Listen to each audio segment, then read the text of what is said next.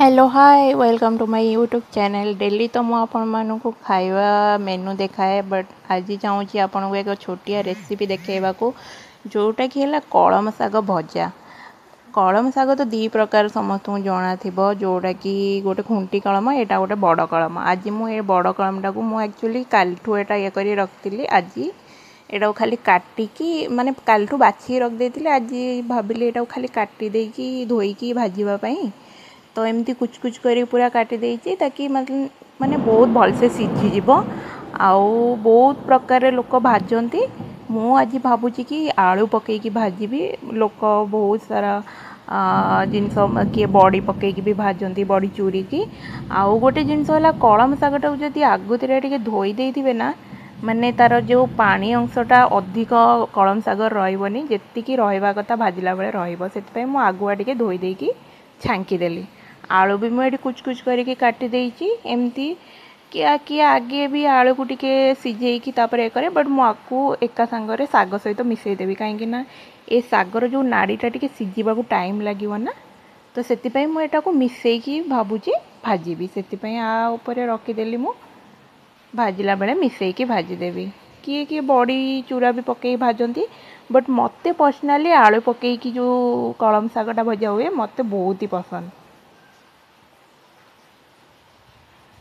एठी मु कढ़ई रे फास्ट तेल नहींनी, सेमती आगे यहाँ टिके सिझे देवी, बंपई देवी, तापर या छुंक देवी। तो एका सांगरे मु आलू आ शाग को भी एका सांगरे पकईदेली।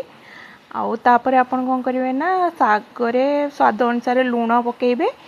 आउ मु कौन करे ना टिके चीनी पकाए। तो आपण मैंने चाहिए चीनी पकई पारे, नहले आपन को जो चीनी पसंद नुह, माने मीठा पसंद नुह, ताहले पकेबेनी। चीनीटा है ऑप्शनल, किंतु ये लुण स्वाद अनुसार पकईदेवे। आउ मुझे टिके चीनी पकई देइछि कारण मत टिके मीठा पसंद। तापर टिके गोलेकी एटा को ढांकी देले हम, कहीं टिके एटा को ढांकी देले हमको ये जो नाड़ी गुड़ा रही ना से पूरा सीझी जीवो। और मोर भी पूरा सीझी जाइए बहुत भलसे। और मु आलू को एका सांगरे पकईली बोली देखो आलू आउ शाग मोर एका सांगरे सीझीगला, कारण आर टिके नाड़ीटा कंचा रुए। तो किए अच्छा कि शाग को बाहर करके बाहर को छुंक दियंती, बट मुझे टिके साइड कर देकी मझिरे ही तेल पकई छुंक देदेवे। आपन चाहिए एमती भी दे पारिबे, नहले शाग को पूरा काढ़ी तापर कढ़ई रे छुंक दे पारिबे। तो मझिरे एटा को फांका कर देइछि मु तेल पकेइबा पई।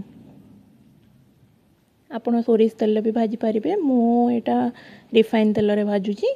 तो एथिरे सोरिष आउ लंका फुटई देबे। एथिरे सोरिष आउ सुखिला लंका ही सबुठु बेस्ट। आउ रसुण भी छेचिकी रखिथिबे, किछिटा रसुण पकईदेवे। एथिरे मुझे रसुण को चोपा छड़ेकी छेचिकी रखीली, ताको पकईदेली। तापर टिके कौन करेंगे ना, रसुण टिके पोड़ला पंदे, पोड़ला नुहे लाल पड़ला पंदे सेटा को आपन टिके चलेबे खड़िका, कहीं टिके सेटा लाल पड़ले ही टेस्ट आसीबो, बासीबो भलसे। तो से यहाँ टिके लंकाटा भी टिके पोड़ला पंते रखिए, कारण शागटा बहुत भल बासे। तापर सबुजाक शाग सह आपको मिसई देवे। तापर रेडी हो गला आपणकर टेस्टी कलम शाग भजा।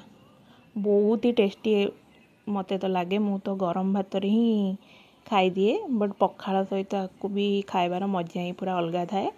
मते पर्सनाली आलू पकईकी शाग भाजिले ही कलम शाग बहुत ही पसंद लगे। तो आपण मैंने भी थोड़े ट्राए करेंगे, देखिए बहुत ही टेस्टी हुए, बहुत ही ज़्यादा। तो रेडी हो गला कलम शाग भजा।